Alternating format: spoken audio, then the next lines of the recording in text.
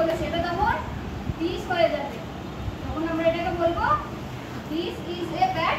আবার যখন এটা এদিকে চলে আসবে তখন কি হয়ে যাবে, আমার থেকে দূরে চলে যাবে, তখন কি হবে এটা দ্যাট। এটা হবে দ্যাট ইজ এ ব্যাট। তোমরা বুঝতে পারছো সবাই? দেখো আমি আর একটা উদাহরণ দিচ্ছি, তোমরা কিন্তু এবার বলবে, ঠিক আছে?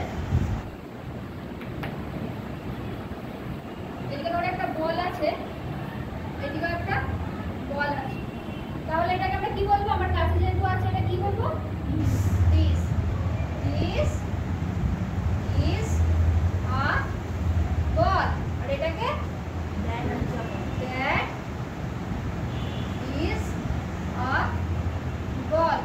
তাহলে তোমরা সবাই বুঝতে পেরেছো তো দিস আর দ্যাট আমরা কখন ব্যবহার করব?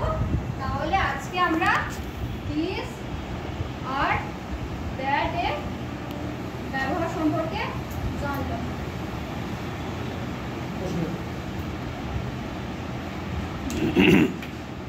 আচ্ছা, ওর বিষয়টা হয়েছে, এবার বলো যে ওর